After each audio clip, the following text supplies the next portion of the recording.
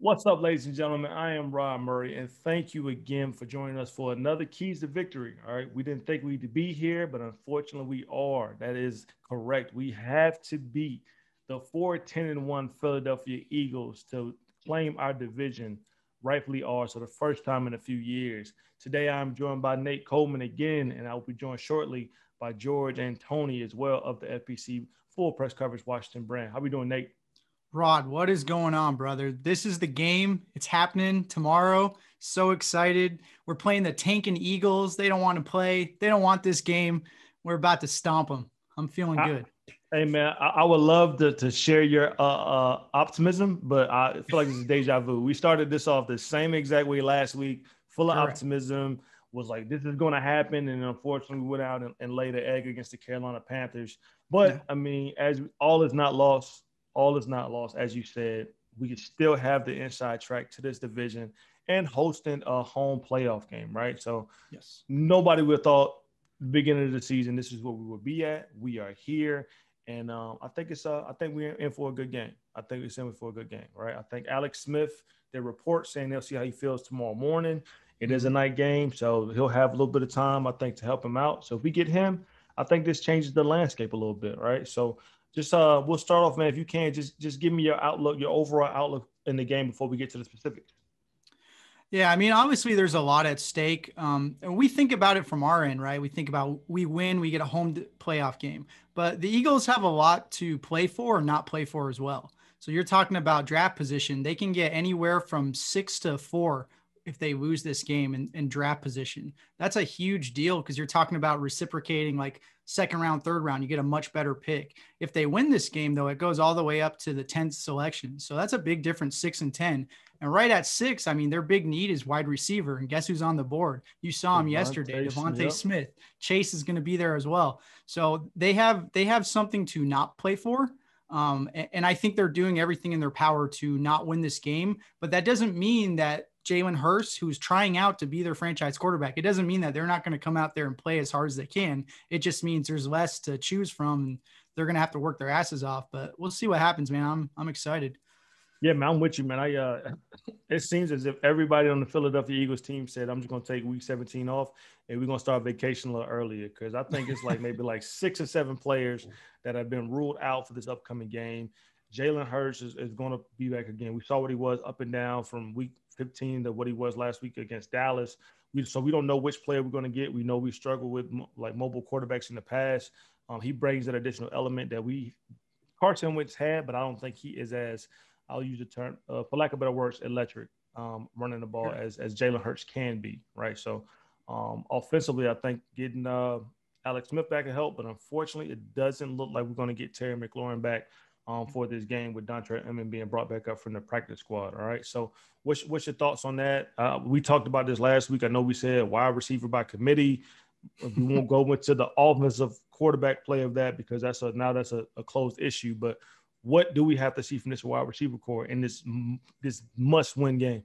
Yeah, I'll tell you what, man. I mean, this is a great game for Terry McLaurin to come back to. So, unfortunately, with him probably missing it, it's up to those other guys to step it up. And I mean, receivers have just destroyed the Eagles the past 5 games. The number one receiver on the team is averaging 10 targets, 8 receptions, 134 receiving yards, and a touchdown, and over a 15 yards per reception. So they're just destroying the Eagles. And all those ranks are like in the top 5. So, I mean, they're getting killed by wide receiver. Unfortunately, it's the weakness of our team, right? We have no depth. We have a bunch of like late rounders and undrafted free agents. So it's going to be a collective effort, but I'll be interested to see what happens. I mean, I think we run in a lot of 11 personnel with Gandy Golden and Cam Sims and Steve Sims. And it'll be interesting to see what happens there, but it's going to be a group effort. I have no faith in any of those guys. I haven't had faith in the wide receiver skill group in, I don't know, years. So, but it's a good news. I mean, the Eagles have been shredded by wide receiver and they've been shredded by quarterback. So at least, and I said that last week too. And like Dwayne Haskins went out there and laid an egg, but the second you saw competent quarterback play, I mean, they were shredding up the Panthers too. So we'll see if it comes to fruition this week. Yeah, I think 2016 or 2017, whatever year that was with Deshaun Jackson, Pierre Yeah. Garcon, Josh Dotson, Jameson Crowder. The way I'm saying these names of you, it's just like we had those guys at one point. Oh yeah. Jordan Reed, Vernon Davis. Oh my God. No, you're right, man. But Yeah. you have to invest. Like people are talking about like this skill position group is terrible. Well, if you don't ever invest, you don't spend money, you don't spend draft capital, you get what you pay for. And that's Exactly. what's happening. You can't expect undrafted free agents to even make the roster. On most NFL teams, they don't make the roster. On our team, we're talking about them like they're future stars because we're so starved for talent. Yep. 3 of the 4 more are undrafted. Cam Sims, Steven Sims, and Isaiah Wright. They were Yeah. all undrafted free It's agency. crazy. The only drafted wide receiver I think we have, and correct me if I'm wrong, is Terry McLaurin. Yeah. We didn't draft Dontrell Inman, but I don't know No. when the Colts picked him up. Both Just overall Gandy, back. yeah, Gandy Golden and Kelvin Gandy Harmon. Golden. But I mean, still, those are guys Harmon's you don't hurt. yeah. And You don't expect AGG. them. Yeah, that's the You thing, don't see man. much from a People, 4th rounder. Yeah, yeah, exactly. So I exactly. agree. We'll see. You keep it going. Logan Thomas again had again, a lot of this I don't want to put on an actual wide receiver because unfortunately we saw what we got out of the running back. I mean, the quarterback play last week and what we saw towards the end with Taylor. So we can only hope that it will be better with either Alex Smith or Taylor in the entire game. All right, so we'll go in the backfield, man. Antonio Gibson came back last week. I thought in the first half he looked very impressive, and just with the flow of the game, he was taken out of it because you couldn't keep the ball on the ground. But how do you think we factor him in going forward? Him and J.D. McKenzie. Yeah, so the Eagles have been pretty stout against running backs, especially against receiving running backs. So that's kind of interesting because that's like the strength of our team is passing to running backs, and that's probably the Eagles' strength. And you saw it. I talked about that last week with the Panthers, and you saw it too. Like they really do like go after running backs to limit big plays, and it worked for them a lot. But Gibson looked good, man. I didn't really notice the injury, and you could really start to see some of the patience and the vision to start to come to fruition when he's playing. So I'm excited to have him, but I really would like in the offseason to get like another running back, like I don't know what we're not a Peyton Barber. No offense. I love Peyton Barber, but we need something else. You know what I mean? No, I agree with you, man. And the name Darius Geis in that whole fortunate situation, how that rolled out, I Yeah. thought he would have been a plug and play with this type of scheme. But unfortunately, it is what it is. Hopefully, everything is going well with the situation on both sides. We still don't know what we're going to get out of Bryce Love. Again, now I'm talking 2021 at this point. I'm not too confident as I was the beginning of the season that he's ever going to return to what he was. But I'll say running backs also. That's one of those that you can get somebody late, in my opinion. And get a very serviceable back in free agency. I am interested to see what Lamar Miller brings to us. I don't expect much, but again, 5 to 7 carries. If he can get a spark going, he is a guy that can get hot. We saw that in Houston in his heyday, so he has the ability. We saw what Devontae Freeman came in and did for the Giants, right after when Saquon Barkley got hurt. So you have a veteran running back that has been in these positions that I believe can contribute.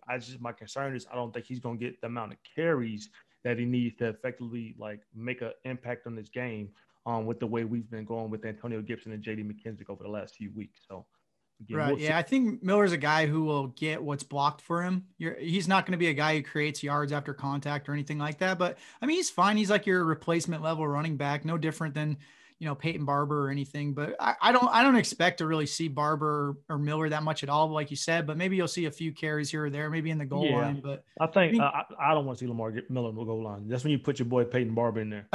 He can chuck. He'll chuck in there and make something happen. But Antonio Gibson proved that he can also, you know what I'm saying, once contact, it ain't stopping him. He can still. And I love the point that you made about him, the game slowing down. I thought that was a knock early on for him, that it was a wide receiver mindset. But he has played a lot smoother, in my opinion, in the whole towards the later before his injury and then what we saw last week. So he is allowing blocks to not catch up to him, but setting them up behind that offensive line and making a lot of things happen. And I do want to note before we switch over to the defense side of the ball, again, we're talking about a Eagles team that is down a lot of players this week. So week 13, I would say, their stout defense will play a big factor in this in the run game. But now with a lot of people deciding to sit this game out for whatever reasons, injuries, hopefully most is the case. I'm not sure. I think it's wide open. You're dealing with two different teams, one that needs it and one that's probably just like, hey, let's just get this over. Why did they flex us to Sunday night? I wanted to be planning a trip somewhere probably at this time, but we'll see. I tell you what, I know why they flexed it. It's because the Cowboys and Giants game is earlier. All their fans, and those are always some of the most watched games. All their fans are going to be watching that. And then after that, they're going to tune into this game to check it out. Cause whatever happens, it has big repercussions, but hopefully we can get a win and just suck it after halftime when we're up by 2 touchdowns, but we'll see. So essentially, the winner of that game, and please correct if I'm wrong, you're looking at the winner of that game is the winner of the NFC East if in fact we lose for whatever Exactly. reason tomorrow. Okay, Exactly. yeah, It's so you more all right. viewership. Yeah. Exactly, exactly. Hey man, the NFL is a business, so they're gonna do what they need to do, right? All Yes. right, we're gonna talk defense a little bit. All right, we created turnovers. Let me state that. I said that last week. I said we want to create some turnovers on the strip sack. Didn't get as Yeah. many and didn't get any points off of it, but it did happen. All right. Defensive rookie of the year, Chase Young, leads again that strong, stout defensive line. All right. How do you see the impact going forward for them in this upcoming game? Yeah. So we have the fourth best sack rate, and Philadelphia gives up the most sacks. So that's your big mismatch right there. They're also playing without all of their starting offensive linemen. So I was reading on the Athletic today. This is crazy. They've had 14 different combinations of starting O linemen this year. We've been there before. 14 in 15 games. That's amazing. So, I mean, that's why O-line depth is so important. I mean, Philly, if you're talking about their starters, they have a way better O-line than we do. But when you're talking about their backups, yeah, that's going to be a mismatch. And that's great for us. I mean, they're going to have to give extra attention to Chase and Montez Sweat, and it's going to leave some individual one-on-one matchups for guys like Allen to win. So that's going to be big. And Hurst is a guy, he can create on his own. He creates off script, kind of like what you talked about before. He's better than Wentz at that, because Wentz, it seems like when he gets off script, he just throws interceptions or throws turnovers. Yep. Well, Hurst does the same thing, though. He leads the league in fumbles. He has 6 fumbles so far in the past, 3 games. So that leads the league. That's bad. And then on top of that, when he does throw the ball, he's not accurate. He ranks outside the top 40 in target accuracy. And on top of that, man, you look at when he gets pressured, his completion percentage drops down to 34%, which is bottom of the barrel. It's really bad.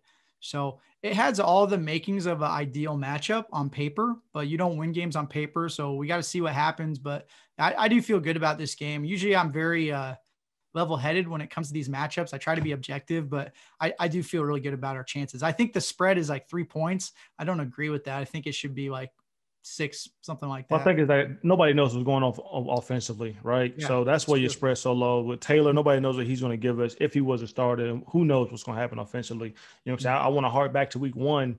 This is a game where similar situation, most of the offensive linemen went out, and then we ended up getting 8 sacks, right? Yeah. In one game. Barely won. And barely won, had to come back and fight and scratch and claw and win that game after being down on 24-10 or something, about 14 points in the first half. So, yeah. Again, another opportunity for Chase Young and Montez Sweat. And you mentioned Jonathan Allen, but Daron Payne and Tim Settle are right there when it comes to pressure. They all 5 of them really, and it sucks not having a Matt Ioannidis for this game or this entire season, actually, because I think he definitely – these are the games that he himself would have had a huge imprint as far as tying up a center and a guard and allowing the ends to get loose. But again, it'd be interesting to see. I always say games are won in the trenches, won and lost in the trenches on either side. And this is one where we are the heavy favorites, just given the immense amount of talent we had. Hitting our linebacker core, I thought we saw a decent play. First, before we start off, congratulations to the wonderful career that Thomas Davis Sr. had. Yeah. Announced that this will probably be his last game and will be retiring after this. So again, don't want to sleep on the fact of the amazing career he's had. And that he gets to go out his way. That's the biggest thing you want as a player. You don't want the game to retire you. You want to retire from the game. So that I want to say that's a good thing. Having Cole Holcomb back, John Bostic, I think we kind of got in a situation last year where we were playing from behind, and in my opinion, fundamentals go out the window when you're scratching and clawing to win a game, right? Yeah, I think we saw that late with the linebacker core, and we can even include the secondary here. What are your keys looking at the back 7 or back 6 or 8 when you're looking at this? Yeah, I think you nailed it, man. I talk about this a lot, but for this team to unlock their ceiling, and this is for this year and the future, they have to be able to at least score and play with the lead. You play with the lead, you pin your ears back. It's so much easier to defend when the offense has to pass the ball. And that's the same for these linebackers. I don't think we need amazing linebacker play to be good on defense. We just need average linebacker play. If you can get that, that's all we need, because the pass rush lifts us up so much. And the same with the secondary. The secondary has been really efficient, but It'll be interesting to see. I really like Cole Holcomb. Like he's been our best linebacker, and Bostic is kind of like a replacement level player, but he's really smart and heady. He just lacks like athleticism, and you'll see it every once in a while where he just like can't get to the running back, or he can't get to the outside, or he gets blown up because he can't get off of a tackle. I mean, that's going to happen, but I mean, he can call the plays and stuff like that. He's good at diagnosing offenses, but it'll be interesting to see what happens with the linebacking core, but I think that's a position they for sure address either in the draft or via free agency too. I got you. Joining us now, Tony Wheat. How we doing, sir? While you get connected here, I'll just kind of segue a little bit. I love what you said. I do believe Cole Holcomb is our best linebacker so far. Again, I'm not going to sleep on Khalid Hudson. I think an off season will do him well going into next season. And even a nice one playoff game, just from an experience standpoint, I think will do him wonders. I believe he is a serviceable linebacker, like you said, to the point you made about what the front four we have. You just need serviceable players on the back end. It would be great to have a standout, but you don't truly need one if they're creating pressure and getting it out fast and doing what they need to do in the front four. So I'm looking forward to it. Cam Curl continues to impress me week in and week out. I used to like, maybe we've lowered the bar, the expectations are low. Right. But no, he's just a stud. He definitely a stud. I think credit is due there with that find in the 7th round. And again, another opportunity for him to prove to solidify his position again for the next season. All right, we're looking at week 17, but who knows what a good performance or a bad performance can do with your team's youth going into next season.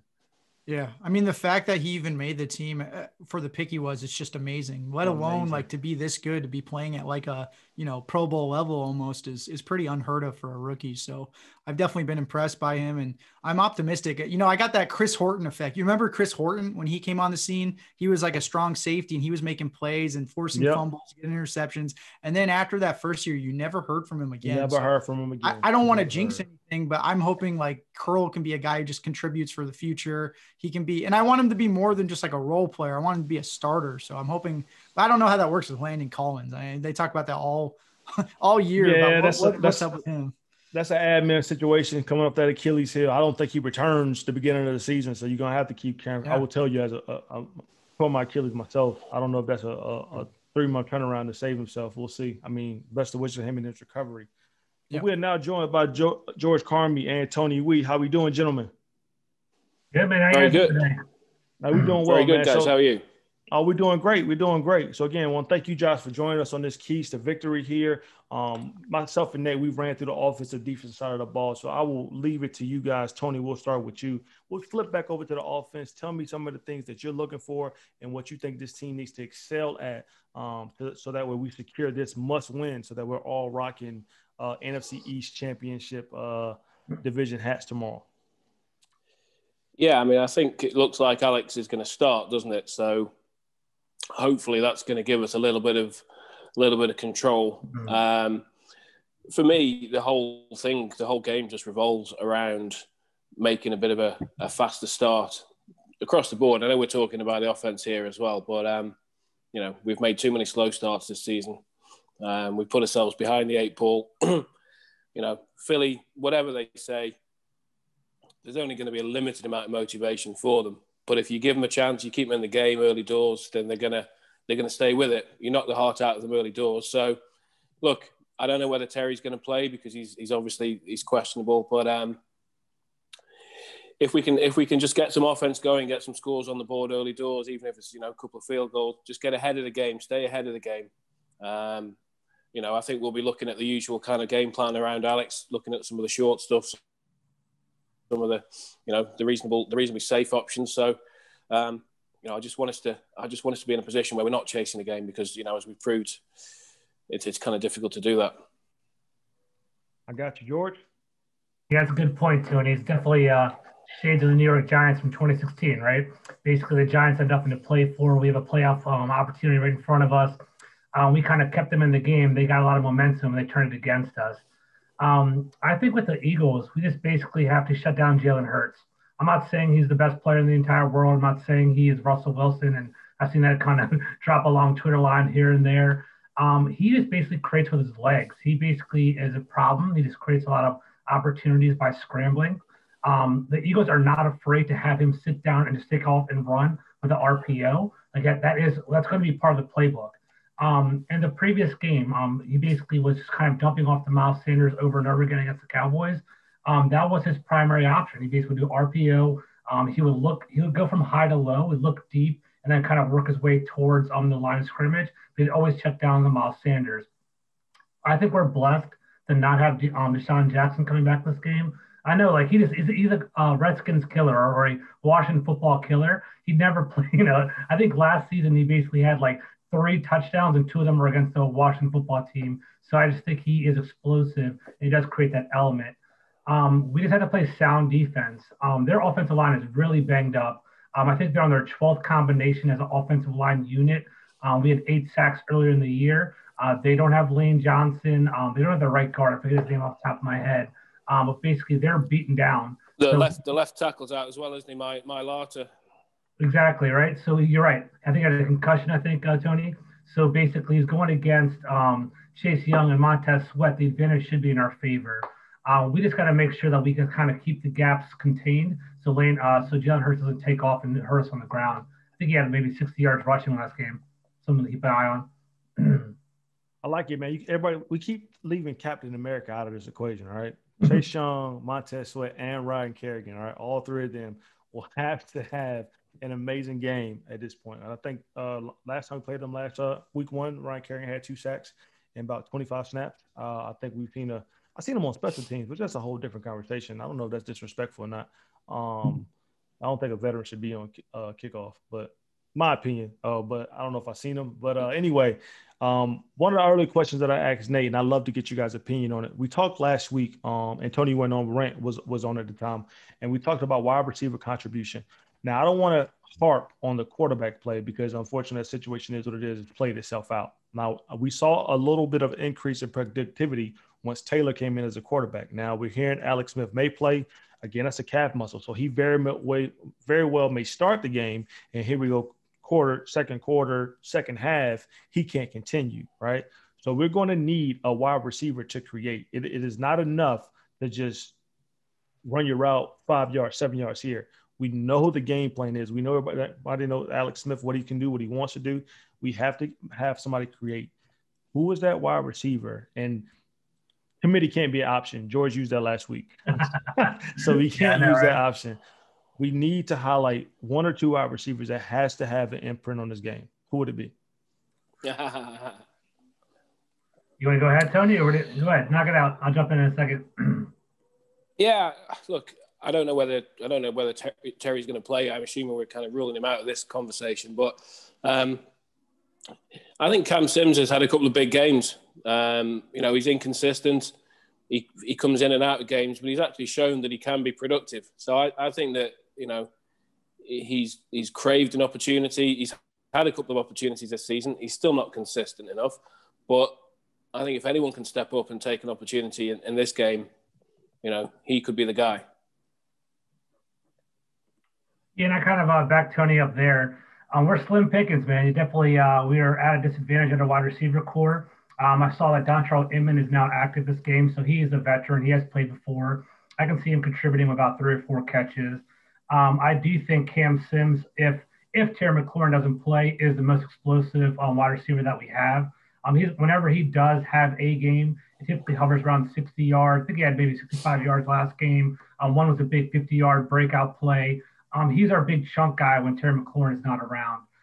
Don't sleep on Steve Sims Jr. I know it's a very unpopular opinion right now in DC. I don't think he'll be back in Washington next year. I think it's kind of worn out his welcome, especially with that punt return last week where he fumbled it into the end zone. But I think this is his game to basically make or break. Am I going to be in Washington next year or am I not? And, that kind of proves the worth of a man, right? Is he going to rise to the occasion or is he going to be, basically, fall to the wayside and not be on an active roster next year? We do have Robert Foster and Isaiah Wright. They might hit home runs. What about Robert Foster? Yeah, I think it's going to be I think Cam Sims is going to be the guy. Cam Sims, a lot of Logan Thomas. We're going to be distributing the ball, but if we had to pick one, Cam Sims. I like it. So to wrap everybody back in this conversation here, Scott Turner got a little bit of slack last week. over the last, and a pretty decent game, we'll say for the most part, but got a little slack last week for how he called the game, right? If Alex Smith does return, we've seen what that game plan looks like. We saw a little bit what Taylor had last week in limited snaps and limited opportunity here. What do you think, or how do you think Scott Turner approaches this game against the Philadelphia Eagles, knowing that week one we were almost inefficient for an entire half in that game as well? I'll jump up. I think. Yeah. Go ahead, Tony. Go ahead. You got it. No, sorry, George. I was just going to say, I mean, Taylor obviously showed last week he was a little bit more willing to perhaps push the ball down the field. I think game script kind of dictated that to some degree as well, with us being behind. But, he didn't seem to show any fear of pushing the ball down the field. And, he was quite accurate in doing so. Now, obviously, if Alex is starting, we don't know how long he's going to go.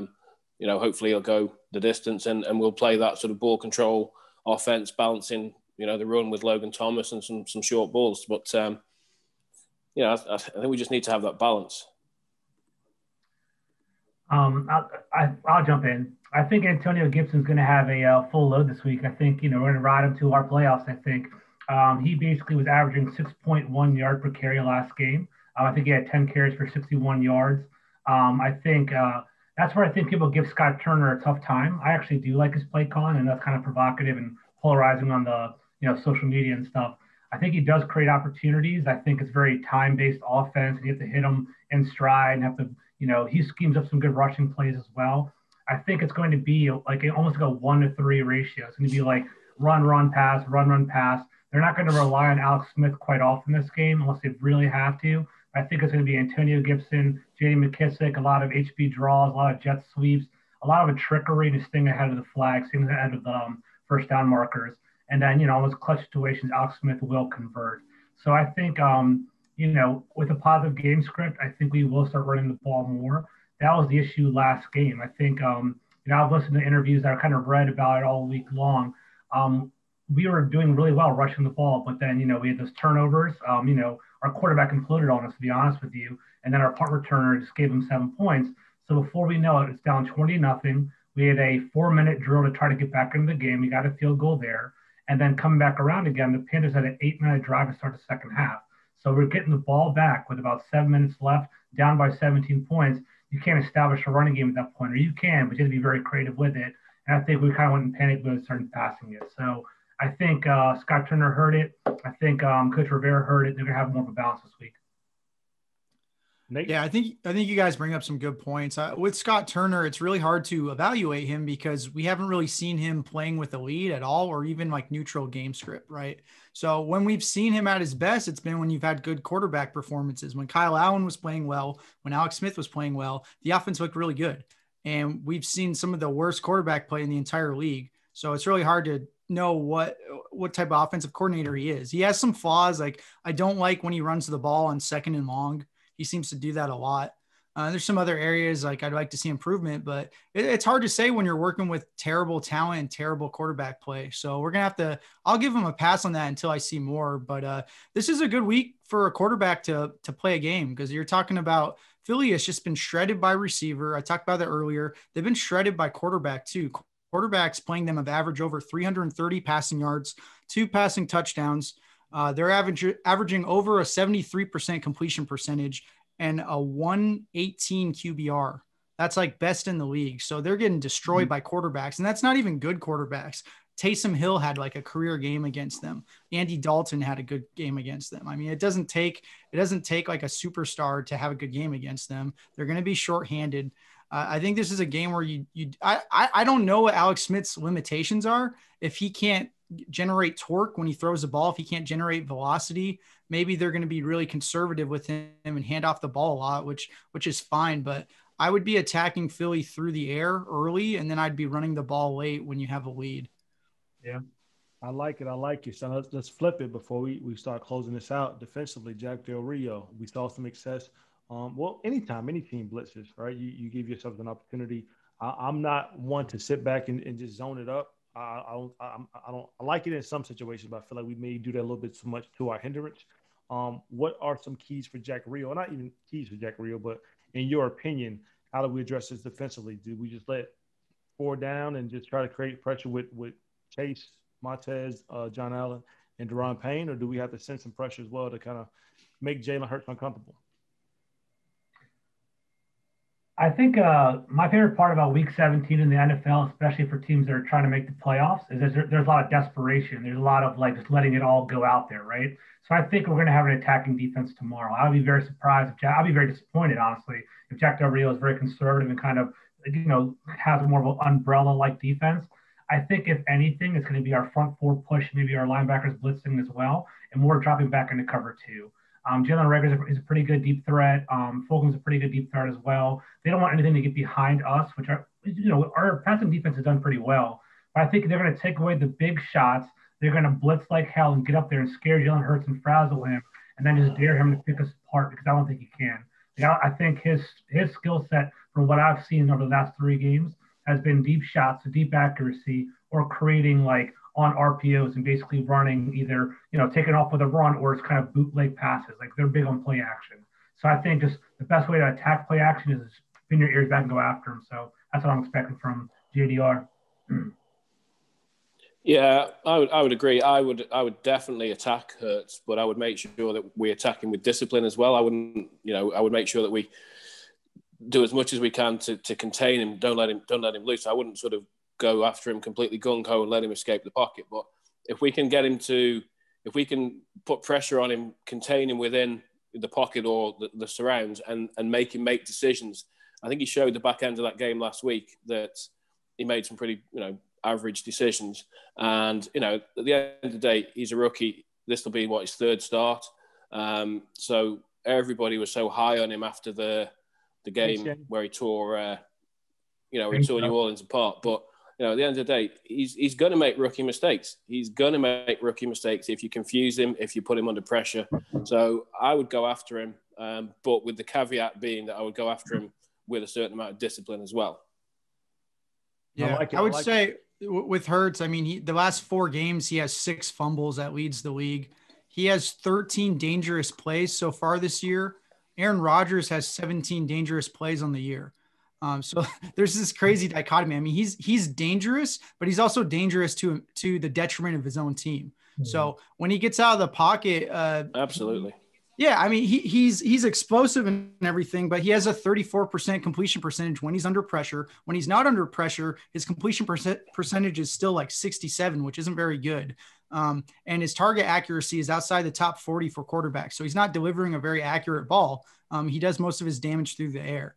And then I guess when you're talking about Philly, there's a dichotomy going on with Philly in that their front office wants to lose this game. They have the opportunity to go all the way up to the 3rd pick in the draft if they lose this game. Mm-hmm. And the worst they can get if they lose is the 6th pick. That's crazy. If they win, it goes all the way up to the 10th spot. And they talked about this on The Athletic, but on the other hand, though, so they're keeping the same GM, they're keeping the same head coach. This is a huge tryout for Jalen Hurts. This is his chance to be like, hey, I deserve a shot to be the starter. So if he goes out there and plays well again, they're going to seriously consider sticking with him, because there's no way they go back to Wentz at this point when they have the previous regime still in charge. But it hurts, and whoever's playing, the game's going to be on the line. They're going to ball out, but they just don't have that depth back there, and that's why I think Washington is going to win this game. I like it. Yeah, I'm hesitant to say a team wants to fail, especially at the NFL level. I agree from a fan standpoint, absolutely. That 3rd overall pick looks very enticing, especially with the performances we've seen this past weekend, right? It kind of solidifies a few individuals' position, right? The Eagles at 3, hey, maybe Justin Fields is my guy, and I ship Jalen Hurts out of there. You can make an argument, right, that can also happen. So you can see it. So closing us out, guys, before I ask you your score predictions, we'll go around the horn here with our question from last week. If I'm a casual fan, what should I pay attention to? And then on the strength of that, what individual matchup are you going to pay attention to? We'll start with Tony. If I'm a casual fan, I'm looking very much at the start of the game. I'm looking at the first quarter. I'll know by the end of the first quarter pretty much the way the game's going to go. You'll be able to pick up so many keys of the intensity of the game, how Philly's taking it, how we start.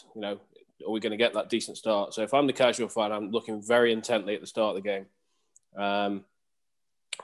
Key matchup.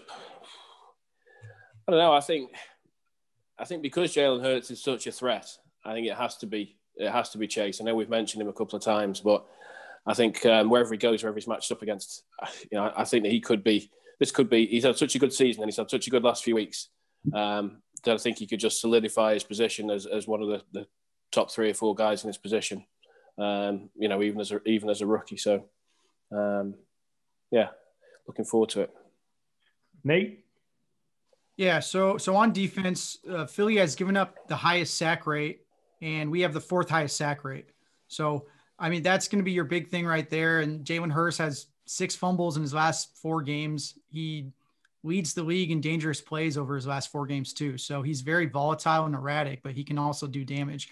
When you talk about offense, Philly defense has given up a 73% completion percentage to quarterbacks, over 330 yards, 2 passing touchdowns, and a 118 QBR. So that kind of fits into what Alex Smith does. He doesn't throw the ball far, but he racks up that completion percentage and those low ADOT throws. That's what he does. So I can see that kind of on both sides. It's a strength for us on both sides. So I feel like we're going to come out on top. For score prediction, it's going to go over the 42. I think that's like the total right now. I feel like it's going to go over that. I think we win by at least a touchdown. Oh, you're saying the game total is going to be 42? I think it's something like 42, 43. 43. It's 43. It's pretty low. Yeah. At a low total. I thought you said the team was going to score 42 points. I was about to. No, not in a. I was going to remove Hopefully. You from this, he was about to be exited stage left with that comment. Yeah. He's talking straight blasphemy. All right, George, on you. Now, me and Nate are on the same page here. So the Eagles' offensive line's in shambles, and our defensive lines are strengths, right? So the casual observer walking in, not seeing a Washington game all year long, keeps hearing about Chase Young, keeps hearing about our defensive line. Now's the time to exhibit it. Now's the time to show it off. Chase Young's going to be playing against a backup left tackle. Let him eat. Solidify his defensive player of the year position. If you're a casual observer, look out for John Allen. He's been having a great year. He's been blowing things up in the middle of the field or in the middle of the defensive line. He creates havoc. I think that our defensive line that's going to make or break our game. If we can frazzle Jalen Hurts, which I think we will, I think that'll create the advantage to our game, and I think we'll actually win the game that way. Offensively, to the casual fan, Alex Smith, I know people watch him and they think of him as a dink and dunk kind of guy. His health is going to dictate how far we go. Basically, if he looks completely frazzled and he looks completely hurt and there's no zip on his ball, no torque on his ball, that's not going to build well for Washington, even if we win. That's what I want to be watching, right? If Alex Smith is hobbling around and he's not throwing the ball too hard, I'm kind of worried. Even if we win, we're going to get blown out against Tampa Bay or whoever we play in the first round. But if Alex looks healthy, if he looks stable, we might have a puncher's chance in the first round of the division championship. I think right now Las Vegas has 64% making the playoffs, 30% winning the wild card, which would be fantastic if we actually could do that. So that's what I'm looking for. Is Alex Smith healthy? How's the defensive line looking? And casual fans also look out for Antonio Gibson. He's a great running back. He's explosive. He's operating at 80%, but you can see that he's got an upside through the roof, and next year's going to really break out. I got you. For myself, I think you guys hit on what the casual fan needs to watch. I won't touch on that anymore. What I'm watching for is the matchup between Miles Sanders, if he plays, versus our linebacker core. All right, he didn't play against us week 1. So I think that kind of changed their game up a little bit on what they had to do offensively.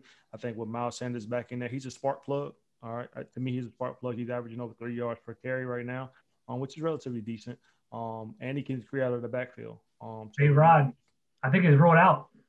Yeah, he's out. Yeah, they're going with Boston Scott, just like last time. So I mean, they're out, man. They don't have anyone. They don't. Dallas Goedert isn't playing. It's probably their best offensive weapon, and they don't have Miles Sanders. So Fletcher Cox, Derek Barnett. It's a going away party. Lane Johnson's going to retire after this game. Zach Ertz is 30. And he's at the end of his contract. He's not really too excited to be there anymore. But sorry to step on your toes, Ryan. I was going to help you out. No, I ain't no step on my toes. You saved me. You saved me from a soliloquy on why I thought people should pay attention to Miles Sanders versus John Bostic, and I'm not going to get to watch that. So I don't have a matchup anymore. I don't really care. You just told me all the offensive players are gone. Yeah. So all right. So Nate again. He doesn't give us a score prediction. He just tells us the over under. So we'll just say 20-24, I guess, or whatever that matchup is. Say up under 40 points. Tony or George, do you have a specific score you want to give us? Go ahead, Tony. I'll go 27-21 Washington. I'm going to go 24-21 Washington. We never make it easy in DC. We're going to win the game. It's going to be a tight game. They're going to come back in the end. We're going to get a little field goal and win the game, but we should be pounding these guys, but it's going to be a tight game because we never – I don't know. I'm a jaded fan. I've been watching this team for 30 years. Never put them away, so we'll see how that goes. I think it'll either be very tight or we'll blow them out. I think it's 20-16. Very, very tight. And that last 6 comes from the Eagles to make it look closer than the score. I don't see a high-scoring game at all. But at the end of the day, regardless of the score, as long as it's a win, we're hosting a playoff game next week against the Tampa Bay Buccaneers. I think we all can agree that's all that really matters here. Mm-hmm. All right? Yeah, ladies and gentlemen, again, I want to thank all of our panelists today for their amazing insight towards this game. I always learn something new, as I just did with Miles Sanders when I talk to these gentlemen. So I want to thank you all for participating again today. Hopefully we're back here again next week, providing a keys to victory against the very talented Tampa Bay Bucks, right? But for now, all right, I've been Rob Murray. I want to thank Nate, George, and Tony for joining us. Thanks for watching. Yeah.